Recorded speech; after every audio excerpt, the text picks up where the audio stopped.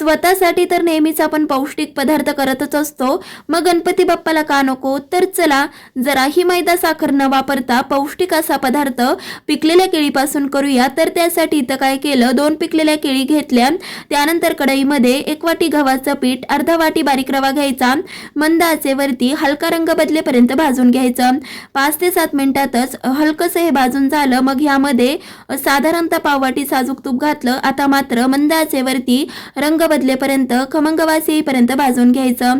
एकूण 10 ते 15 मिनिटातच व्यवस्थित भाजल्या गेलं। ह्यामध्ये आवडीनुसार बदामाचे तुकडे, 2 केळी ज्या आपण घेतल्या होत्या त्या सोलून घालायच्या, व्यवस्थित एकजीव होईपर्यंत परतवून घ्यायचं। एकजीव झाल्यानंतर एकूण 5 ते 7 मिनिटं चांगलं असं परतवून घेतलं।